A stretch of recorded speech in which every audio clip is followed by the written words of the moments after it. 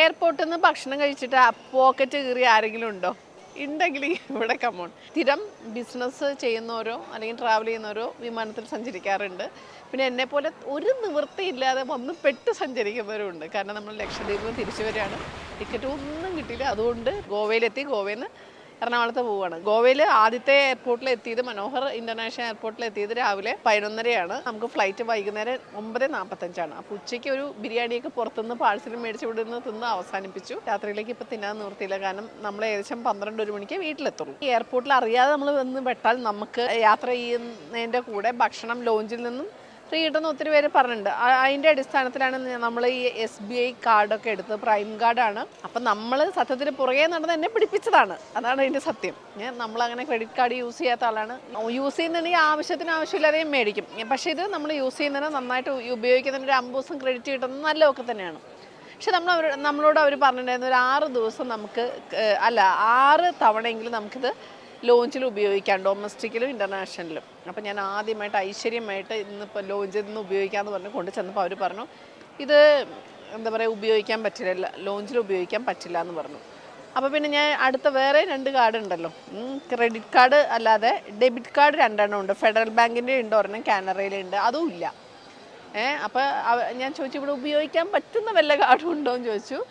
അപ്പോൾ അവർ ഇതിൻ്റെ അപ്പുറത്തൊരു ലോഞ്ചിന് അവിടെയും ചെന്നപ്പോൾ ഒന്നുമില്ല. അപ്പം എൻ്റെ സംശയം നമ്മുടെ പുറകെ നടന്ന് അല്ലെങ്കിൽ നമ്മളെ അസിസ്റ്റ് ചെയ്യാൻ വേണ്ടിയിട്ടാണല്ലോ ഇവർ, നമ്മുടെ ആവശ്യമുണ്ട് നമുക്ക് കാർഡൊക്കെ ഈ പിടിപ്പിച്ച് തരണത്.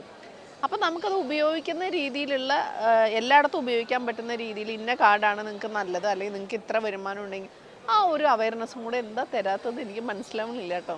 സംഭവം ഇങ്ങനെയൊക്കെ കറങ്ങി തിരിഞ്ഞിട്ട് ഒന്നും കിട്ടില്ല, ഒരു കാര്യവും നടപടിയില്ല എന്ന് മനസ്സിലായപ്പം നമ്മളൊരു റാപ്പ് മേടിക്കാൻ പോയി. ഏറ്റവും വില കുറഞ്ഞ റാപ്പാണല്ലോ നമ്മൾ നോക്കുക. അപ്പോൾ നോക്കുമ്പോൾ 370 രൂപയ്ക്ക് ഒരു റാപ്പ് ഉണ്ട്, അത് മതി. അപ്പോൾ അവരെന്നോട് ചോദിച്ചു മൈദ വേണം, നിനക്ക് എന്താ വേണ്ട, മൈദ വേണോ ഗോതമ്പ് വേണോ?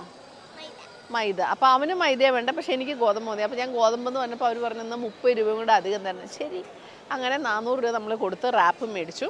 റാപ്പിൽ കാര്യമായിട്ട് ഒരു ഗോതമ്പ് പൊറോട്ടയുണ്ട്, അതിൻ്റെ ഉള്ളിൽ ഒരു 4 പീസ് ചില്ലി ചിക്കൻ ഉണ്ടാവും, കുറച്ച് ഗ്രേവി ഉണ്ട്, ഒരു 2-3 സബോളയുണ്ട്. ആ റാപ്പും കൂടെ ഞാനും തരും കഴിച്ചാൽ ഉറപ്പായിട്ട് 2 പേർക്കും വിശക്കും. അപ്പോൾ തൊട്ടടുത്ത് KFC കണ്ടു. ഒരു ഇൻ്റർനാഷണൽ ബ്രാൻഡാണ്, എന്താണെങ്കിലും വയറിന് പണി കിട്ടില്ല എന്നുള്ളൊരു വിശ്വാസത്തിൽ 399 രൂപയുടെ ഒരു മീലെടുത്തു. 2 ചിക്കൻ ലെഗും ഒരു വലിയ ചിക്കൻ്റെ പീസുമാണ് ഉണ്ടായിരുന്നത്. പിന്നെ ഒരു ചെറിയ ചോക്ലേറ്റ് കേക്ക് ഉണ്ടായിരുന്നു, പിന്നെ ഒരു ഡ്രിങ്കും ഉണ്ടായിരുന്നു കേട്ടോ. മൊത്തത്തിൽ നമുക്ക് ഒരു നേരത്തെ ഭക്ഷണത്തിന് ചിലവായത് 400-800 രൂപ. എയർപോർട്ടിൽ അത്രയാണ് സഹോദര അല്ലെങ്കിൽ സഹോദരി എന്ന് എല്ലാവരും പറയുമായിരിക്കും.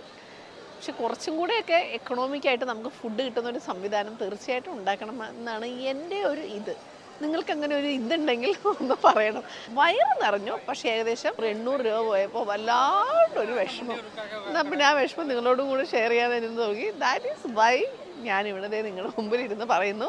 എപ്പോഴും നമുക്ക് ഈ വിമാനത്തിൽ പോകുമ്പോൾ പൊതിച്ചോറുമായിട്ട് പോകാൻ പറ്റത്തില്ലല്ലോ. അപ്പോൾ ഇങ്ങനെയുള്ള സിറ്റുവേഷൻ നമുക്ക് എന്ത് ചെയ്യാൻ പറ്റും, എങ്ങനെ നമുക്കൊന്ന് മാനേജ് ചെയ്യാൻ പറ്റും, അങ്ങനെ എന്തെങ്കിലും നിർദ്ദേശങ്ങളോ അഭിപ്രായം ഉണ്ടെങ്കിൽ തീർച്ചയായിട്ടും നിങ്ങൾ അറിയിക്കുമെന്ന പ്രതീക്ഷയോടെ എത്രയും പെട്ടെന്ന് ഹാർമണിയിൽ ചേർന്ന് അടുത്ത വീഡിയോ നിങ്ങൾക്കായി കൊണ്ടുവരാമെന്നുള്ള ഒരു ഉറച്ച വിശ്വാസത്തിൽ സൈനിങ് ഓഫ് യുവേഴ്സ് അന്നമ്മ.